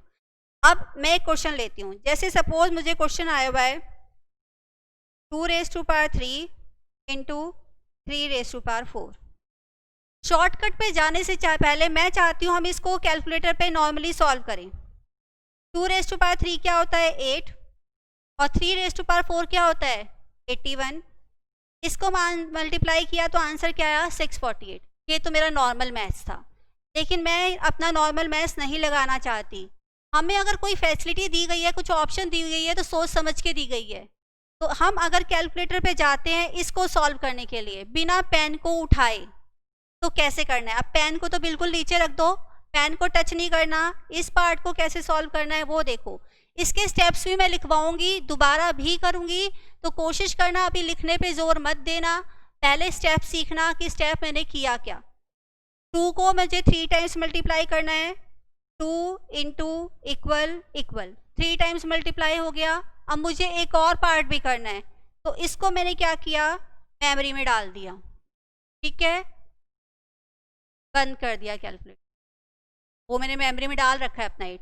अब मैंने दूसरा पार्ट उठाया 3 raise to power 4, 3 into equal equal equal हो गया। अब मुझे इस वाले पार्ट को पहले वाले पार्ट से क्या करना है, मल्टीप्लाई। मैं प्लस भी कर सकती हूँ, डिवाइड भी कर सकती हूँ, अपनी ट्रिक से कुछ भी कर सकती हूँ, लेकिन फिलहाल मुझे मल्टीप्लाई करना है।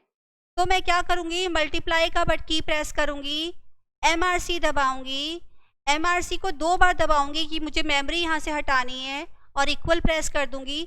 तो जो आंसर मुझे चाहिए था वो आ गया, बिना पेन उठाए, बिना अपना दिमाग यूज़ करे, सिर्फ कैलकुलेटर पे मैंने ये पार्ट सॉल्व कर दिया।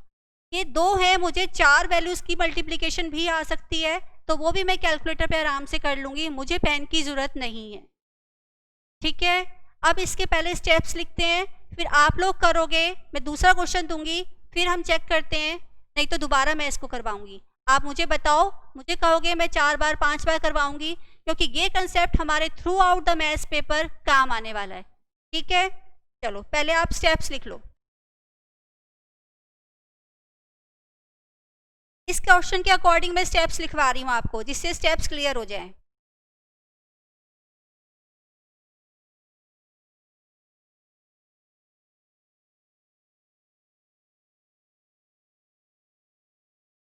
ठीक है, फर्स्ट स्टेप, टाइप 2। 2 टाइप किया हमने, press multiply button,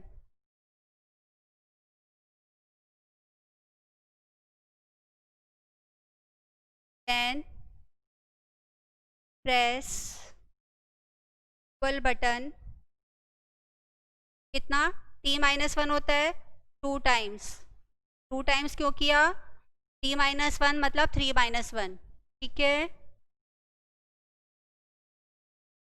then press, इसको हमें कहाँ डालना पड़ेगा, मेमोरी में।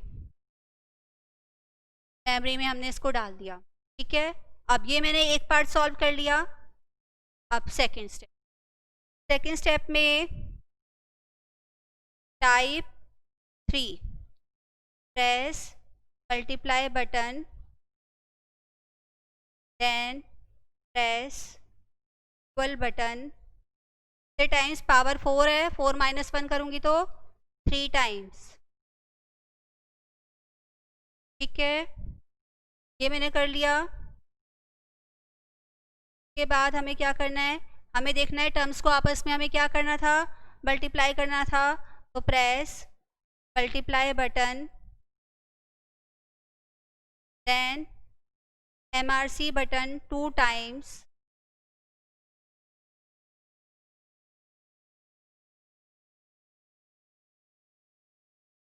एंड प्रेस इक्वल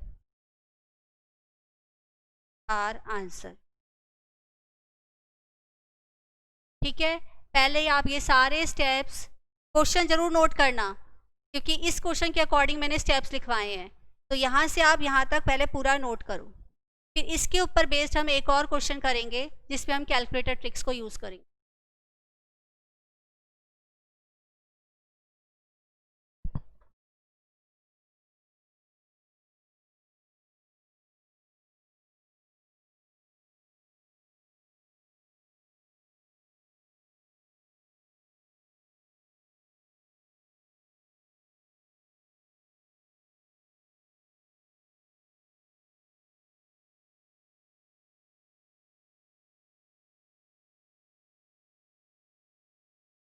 ठीक है, ये ट्रिक मैं दोबारा करवाऊंगी, लेकिन पहले आप ये स्टेप्स नोट कर लो। मैंने आपकी प्रॉब्लम देख ली है। इस बार कैलकुलेटर भी प्रॉपर दिखेगा और मैं आपको दोबारा 2-3 क्वेश्चन एग्जाम्पल हम इसके बेस पे करेंगे। और नेक्स्ट क्लास में भी आप थोड़ा सा कैलकुलेटर पे प्रैक्टिस करके आना, कैलकुलेटर पे ही हम काम करने वाले हैं आगे।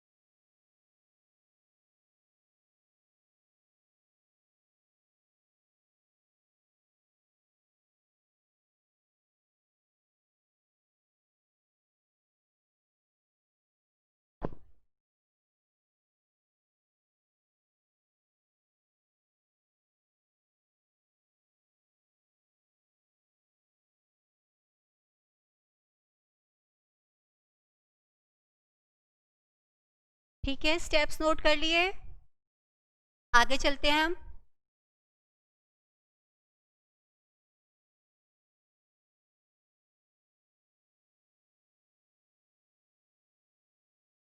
अब इसकी ट्रिक्स को समझने के लिए जब तक हम एग्जाम्पल्स की प्रैक्टिस नहीं करेंगे, अब की मैं बहुत धीरे धीरे प्रेस करूंगी, मेरे साथ साथ आप भी प्रेस करना। ठीक है, पहले हम एक इमेजिनरी क्वेश्चन लेते हैं छोटी वैल्यूज के साथ। अब मैं क्वेश्चन ले रही हूँ 2⁵ और 3⁵. ठीक है, तो आंसर आना चाहिए 32 × 27 और आंसर होना चाहिए हमारा। अब भी ऐसे ही कोई भी क्वेश्चन खुद से बनाओ छोटे छोटे, उनका आंसर निकालो, फिर उसको कैलकुलेटर पे ट्राई करो, फिर हम बड़े बड़े क्वेश्चन करेंगे। ठीक है, अब इसको हमने क्या करना है, देखो पहले हमें क्या चाहिए 2⁵. दिख रहा है कैलकुलेटर, क्लियर है, विजिबल है सब कुछ अब? ठीक है, हमें चाहिए 2⁵. आंसर तो बाद में देख लेंगे ना। 2⁵ चाहिए, तो 2 हमने प्रेस किया, अभी 2 प्रेस करो। ठीक है, इनटू इक्वल को कितनी बार करना है, पावर 5 है तो 4 टाइम, 1 2 3 4 कर दिया। इसको मेमोरी प्लस में डाल दो। ठीक है, अब ये मेमोरी में चला गया तो कोई कहीं कुछ नहीं जाने वाला, ऑन पे चले जाओ, दोबारा से 0 पे आ जाओ। ठीक है, क्लियर है? अब दूसरे पे भी सेम स्टेप, 3 इंटू पावर कितनी 3 है, इक्वल को कितनी बार प्रेस करूंगी, 2 टाइम, 1 2 हो गया सॉल्व। अब इन दोनों आंसर्स को हमें क्या करना है, ये चीज़ यहाँ ध्यान से देखो, डिवाइड करना है, मल्टीप्लाई करना है, मल्टीप्लाई करना है, मल्टीप्लाई कर दो। अब इस पे क्या मल्टीप्लाई करना है, जो हमने मेमोरी में डाला था उसको मेमोरी से बाहर निकालने के लिए मैं MRC दबाती हूँ, लेकिन अगर मैंने MRC को एक बार दबाया तो वो मेरी मेमोरी में पड़ा रह गया, हटा नहीं। अगले क्वेश्चन में भी वो मेरी मेमोरी में अड़ा रहेगा और मेरे अगले आंसर को गलत कर सकता है। इसे मुझे मेमोरी से हटाने के लिए MRC को 2 बार प्रेस करना पड़ता है। ठीक है, इक्वल, ये आंसर आ गया मेरा 864 जो मुझे चाहिए था। ठीक है, अब क्लियर हुआ?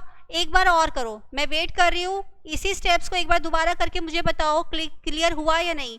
तब भी मैं 3 टर्म्स पे जाऊंगी, अदरवाइज मैं 3 टर्म्स पे नहीं जाऊंगी, क्योंकि 1 2 का कर रहे हैं, 3 और 4 का भी करेंगे हम। ठीक है, अभी मल्टीप्लाई का कर रहे हैं, डिवाइड का भी करेंगे, लेकिन पहले एक चीज़ आनी चाहिए, तो करके बताओ मुझे, दोबारा से ट्राई करो, आप ये आंसर निकाल पा रहे हो या नहीं निकाल पा रहे।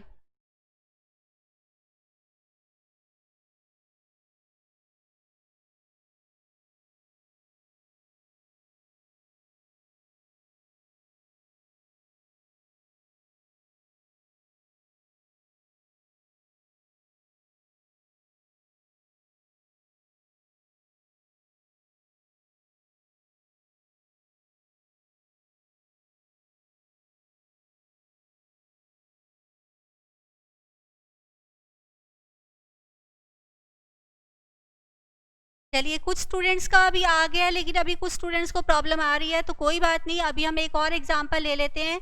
अभी हम 2 वैल्यूज़ का ही करते हैं। ठीक है, एक एग्जांपल अब मैं लेती हूँ 4 का पावर 3 और 3 का पावर 3, ठीक है। 4 का क्यूब करते हैं तो क्या आता है 64, 3 का क्यूब करते हैं तो क्या आता है 27, 64 इंटू 27 करते हैं तो 64 इंटू 27 करेंगे तो इज 1728। अब हमें इसका आंसर शॉर्टकट से चेक करना है 1728 हम निकाल पा रहे हैं या नहीं निकाल पा रहे, ठीक है। पहले मैं क्या करूँगी, 4 प्रेस करूँगी, 4 मल्टीप्लाई, कितनी पावर चाहिए 3, कितनी बार प्रेस करूँ इक्वल को 2 टाइम्स, आंसर आ गया।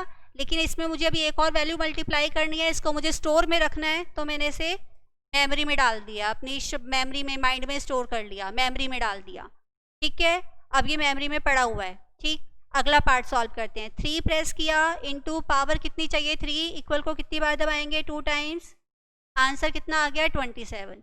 लेकिन इसको मुझे फर्स्ट वाले आंसर से मल्टीप्लाई करना है, और फर्स्ट वाला आंसर कहाँ है मेरा, मेमोरी में। मेमोरी से बाहर निकालने के लिए मैं क्या करती हूँ, MRC बटन का यूज़ करती हूँ। MRC बटन मैं 2 टाइम्स प्रेस करूँगी, क्योंकि मुझे अब मेमोरी में से उसे हटाना है। नेक्स्ट क्वेश्चन में पहली वाली मेमोरी का कोई काम नहीं है, तो MRC को मैंने 2 बार प्रेस कर दिया। अब यहाँ से M हट गया, इसका मतलब मेरी मेमोरी से वो हट गया। इक्वल दबाएंगे तो आंसर आ गया 1728, जो हमें चाहिए था, ठीक है। मुझे ये लगता है इस पार्ट पे हमें थोड़ा सा ब्रेक लेना चाहिए कैलकुलेटर ट्रिक्स पे, क्योंकि इस पे थोड़ा सा होल्ड कर लो। नेक्स्ट क्लास में हम बहुत फास्ट कर लेंगे, क्योंकि ये बेसिक हो जाएगा, तो अब हम फास्ट कर पाएंगे। दूसरा, इस कंसेप्ट पे हमारे 56 से 85 तक क्वेश्चन बेस्ड हैं। आप लोग ट्राई करो, कुछ क्वेश्चन मैंने करवाए हैं, कुछ आप लोग ट्राई करो और मुझे फिर बताना। नेक्स्ट क्लास में मैं आपसे लाइव ही पूछूंगी कि किस किस क्वेश्चन में प्रॉब्लम आ रही है, उन क्वेश्चंस को मैं क्लास में करवाऊंगी, चाहे वो सारे ही क्यों ना हो। और अच्छी बात है अगर आप कुछ क्वेश्चन कर लेते हो, जो मुझे लगता है एक बार आइडेंटिटीज ट्रिक्स पढ़ लेना, जो मैंने लिखवाई हैं 11-12, अगर वो पढ़ लेते हो आप 2 बार और फिर क्वेश्चन करते हो, तो देखना आप मिनट्स में क्वेश्चन कर लोगे।